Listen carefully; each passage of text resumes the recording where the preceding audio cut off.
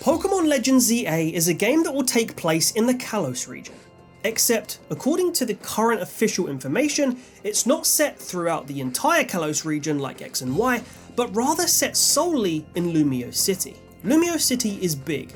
It's essentially the Paris of the Pokémon world. But even so, one single city seems kind of a small setting for an entire fully fledged Pokémon RPG. The 3DS version of Lumiose City could be roller skated around in a matter of minutes in Pokémon X and Y, and the map of those games also included 15 other towns or cities, along with over 20 routes or connecting areas. So that begs the question, is Legends Z-A really going to be set just in Lumiose? Well, in this video, we're going to explore that question and why it might not be.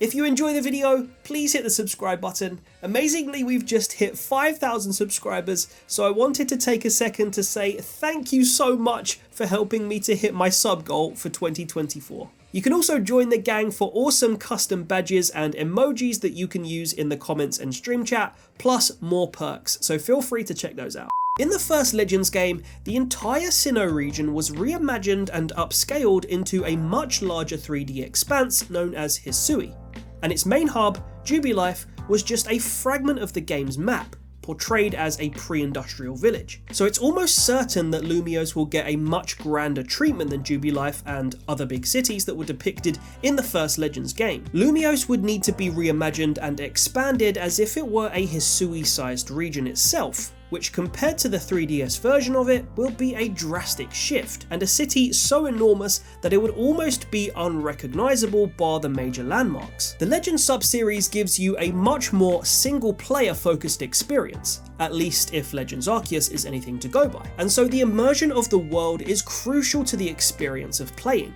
Pokémon main series maps normally have a variety of terrains, weather systems, and types of areas to keep things interesting. In the age of console RPG Pokémon, there is an ever-growing feeling that if a true open RPG is what they're going for, the worlds need to feel more vast and dynamic and fully explorable, both inside and out. I think Hisui did the best job of this to date, but from a development perspective, it was helped by the fact it was set in a pre-industrial era, and so most of the map was outside and featured very few actual interiors outside of Jubilife. Paldea suffered from this worse than Hisui, as it was a new modern map with lots of buildings, but most of them couldn't actually be entered, and the environment felt less layered than Hisui. Overall, the Switch's versions of Kanto, Galar, and Paldea all felt somewhat small scale considering they are all console versions of entire regions and not just cities. Now, the Switch era has given us some great games, but looking back through the Switch catalogue of Pokémon titles,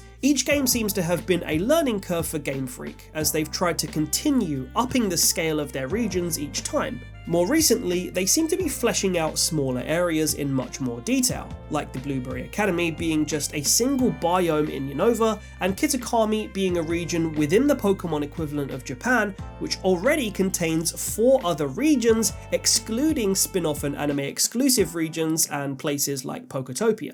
And now, the decision to focus on a city as opposed to a region that's meant to represent an entire country feels like a conscious decision to continue in this vein. So Pokémon regions can be thought of in grander detail going forward as we move deeper into the console RPG era of Pokémon. If Galar were redesigned today, for example, I think we'd see much less linear versions of the major cities like Motorstoke, Hammerlock, and Winden. And this scale enlargement will be particularly important going forward on the Switch's successor and beyond if we continue to see legacy areas reimagined. Perhaps the next time we see Kanto, we might not see the classic tile-based version of it, but rather we'd see it get the Hisui-style upscaling treatment, and perhaps in a different time period. But back to Kalos for a second. Real-world Paris is huge, obviously, and contains a whole load of different provinces or districts that could be translated into subsections for the ZA map, especially if they include the more outer suburban parts. This would mean a drastic reimagining of the map would take place and become something akin to a city map you'd see in big AAA games like New York in Insomniac's Spider-Man series, or even something like Vice City or San Andreas from Grand Theft Auto, and that would make the map seem pretty massive. And this could be expanded on even further by going upwards, like we see in Tears of the Kingdom, or perhaps more likely, downwards. The history of the catacombs that lie underneath Paris is extremely interesting, with the remains of more than 6 million people there, and so tapping into this real-life lore with a vast underground network of tunnels would not only be an interesting and vast explorable area for ground and ghost Pokemon to lurk, but also could connect to other places in Kalos like the Terminus Cave, and therefore tie into the lore of Zygarde. But even with all this being said, it feels unlikely that Pokemon would go full GTA and make Lumiose into a map that's almost to scale of real-life Paris. And that begs the question, what else beyond Lumiose might we see in Legends Z-A? The natural answer here would be more of Kalos, but it seems strange then that they would specify that the game takes place in Lumiose City. I still think for certain beats of the game's story, we might venture out of Lumiose, but I imagine this to be brief and in contained areas, like the Terminus Cave for a Zygarde showdown for example. But if we do leave Kalos during ZA, there is one outstanding possibility that, in my mind, feels like it could be a really interesting and appropriate direction to go in. Maybe ZA will also take us to Kanto. Now, before we get into the more commercial reasons why this could happen, let's explore the links between the two regions themselves. Back when X and Y released, the Pokemon Company were just off the back of their most controversial games to date, the Gen 5 era. When Black and White initially released, they released with a brand new Pokédex, and in the game's main story, you could only use Gen 5 Pokemon. At the time, this sparked a huge conversation about Pokemon not feeling like Pokemon anymore, and it's understandable why, as every generation of Pokemon up until Gen 5 had included not only Kanto Pokemon, but also the region itself in some way. So Gen 5 was bold new territory for Pokemon, and this showed when they gave in a little bit with the sequels, where one of the marketing tactics was that classic Pokemon were now being spotted throughout Unova. But the point is that Black and White were, and actually still are, the worst selling debut games of any Pokemon generation. They still sold really well, but as a marketing experiment, it essentially proved that marketing classic Pokemon sells more copies. And so, when X and Y came out, they really emphasized elements of classic Pokemon to sell copies. The Mega Evolutions for Kanto Pokemon were heavily marketed, as was the fact that for the first time in 6 generations, you could pick a second starter early on during your adventure, which was of course, a Kanto starter. The legendary bird trio roamed around the Kalos region in the post-game, and even outside of the video game universe, the TCG, for example, found a new breath of life with the Evolution set reprinting classic Pokemon cards and enabling us to chase the original Holo Charizard again. And it was at this time that Pokemon released their Origins and Generations series, giving us new, more lore-accurate anime of classic Kanto characters. And for a while, after a certain Korokoro leak, we thought we were getting Mew 3 in X and Y, which eventually turned out to be Mega Mewtwo Y. So this was a really important time that created many links between Kalos and Kanto. But there's still a fair bit of mystery when you delve into the lore of why these links exist in-game. A perfect opportunity for a story in ZA, perhaps through a post-game adventure, a major side quest line,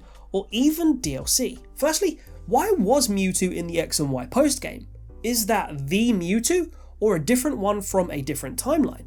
This was a pretty big Easter egg, which perhaps was supposed to be elaborated on in the elusive Pokemon Z third version that never came. But that's great, because now Pokemon Z is coming, and they've had a lot of time and now have much better hardware to deliver us something awesome, perhaps finally explaining why Mewtwo was in Kalos. Even though we've seen Kanto so many times, we've never actually had any real progression of the Kanto story since Gold, Silver and Crystal in 1999, until X and Y. The overarching story of Gen 1 is that Giovanni and his Team Rocket got scientists to figure out how to clone the powerful original mythical Pokemon Mew, which transpired in the creation of the all-powerful Pokemon Mewtwo. Mewtwo really fits in with one of the major themes running through X and Y, the idea of artificial versus natural Pokemon. Mewtwo is the classic example of an artificial Pokemon. He was made in a lab by scientists, and in that brilliant first Pokemon movie, Mewtwo delves really deep into the idea of being born as an artificial Pokemon, struggling with the idea of why he was made, abandonment, and what his purpose was. I see now that the circumstances of one's birth are irrelevant. It is what you do with the gift of life that determines who you are. Interestingly, in the case of Sword and Shield, with new forms or perhaps even clones of the legendary birds, I feel like the life energy that Xerneas represents could be a big part of how Giovanni and Team Rocket were able to give life to Mewtwo, whether they fully understood the energy or not. Z-A could tie this all together for us and show us how Mewtwo got there, if in fact it is the original Mewtwo from Gen 1. And the other major side of this, which Mewtwo also ties into, is Mega Evolution and the Mega Stones themselves. The last game that featured Mega Evolution, of course, was Let's Go, which took place in the Kanto region. And in Kanto, you have Mr. Fuji, who lives in Lavender Town. He's a pretty major character in the Kanto story that appears in the Pokemon Tower plotline. Red goes to rescue him from Team Rocket, and though he is their hostage, he reveals that he went there of his own free will to calm the spirit of Cubone's mother. This means that Mr. Fuji seems to be pretty clued up on what happens to dead Pokemon and the whole spirit world of Pokemon. Interestingly, something which, again, could tie in with the life and perhaps specifically death energy of the XY legendaries, Xerneas and Yveltal. In the games, he gives the player the Pokeflute, with the power to wake Pokemon up from being unconscious. But in Pokemon Origins, he gives Red not only the Pokeflute, but also crucially the Charizard Megastones. Mr. Fuji's past is later revealed by Professor Oak, and it turns out that Mr. Fuji was actually Dr. Fuji, one of the researchers who was trying to artificially create a powerful new Pokemon. Sound familiar? Plus, it turns out that the journals that Red discovered in the Pokemon Mansion were actually written by Fuji himself. He then goes on to advise Red on how to defeat Mewtwo in Cerulean Cave using the power of Mega Evolution, and he's pretty interested in the bonds between Pokemon, something I strongly suspect to be a big part of the Z-A plotline. Now, although the execution of the anime and games are different, they draw from the same core lore, and Origin seems to have been specifically created to be a bit more video game accurate. So there's a big link and untapped plotline in the video game universe right there. So whether we have a mega timeline and a non-mega timeline, whether we have infinite Pokemon universes, there is clearly a link between Kanto and Kalos that ultimately mean it would make a lot of sense if this were to be explored in Pokémon Legends Z-A. How we would get it is another matter. Pokémon Legends Arceus didn't have DLC after all. The game was a rarity by today's standards in that it was a pretty complete single player experience which felt satisfying and complete enough by the time you'd finished the post-game. However, now they've seen the success and the popularity of Legends Arceus and how the vast majority of the fanbase considered it somewhat of a masterpiece, perhaps they could utilise the links between the two regions and the success of the recent Pokemon DLC packages to sell us a Z-A DLC and expand the lifespan of the game. And the timing on this would be really interesting. The game launches in 2025, so it would have been 7 years since we last saw Kanto. That's nearly the same amount of time as the gap between Heart Gold and Soul Silver and Let's Go. Now, we've never seen anything other than the traditional tile-based version of Kanto, even on the Switch. It would be fascinating to see how Pokemon would deal with Kanto, even just a part of Kanto like perhaps Cerulean City, if they decided to give it the reimagined upscaling treatment like they did with Sinnoh. And I think it's only a matter of time. The other interesting element about this is the 30th anniversary of Pokemon in 2026. During these big commemorative anniversary years, Pokemon tends to go hard on nostalgia. The 25th anniversary gave us the Celebrations TCG set, the announcement of new Pokemon Snap, Pokemon Unite, and on Pokemon Day, the back-to-back announcements of BDSP and Legends Arceus. So in 2026, it will be the year after the release of Legends Z-A. This could be a perfect time for a Kanto DLC early in the year, perhaps before the announcement, or even release of Gen 10. But as always, this is just calculated speculation. We know that Kanto sells bigger and better than the rest. It's the biggest cash cow they have when it comes to Pokemon regions, and the 30th anniversary could be a huge opportunity to cash in on Kanto. But there are other elements at play, such as the overdue revisits of Johto and Unova, so just how they tie all of this together is yet to be revealed. I personally think it could definitely work as a Z-A DLC, or we could get a separate game or games entirely. So what do you think about this theory? Let me know your thoughts down in the comments, and until next time, love you gang.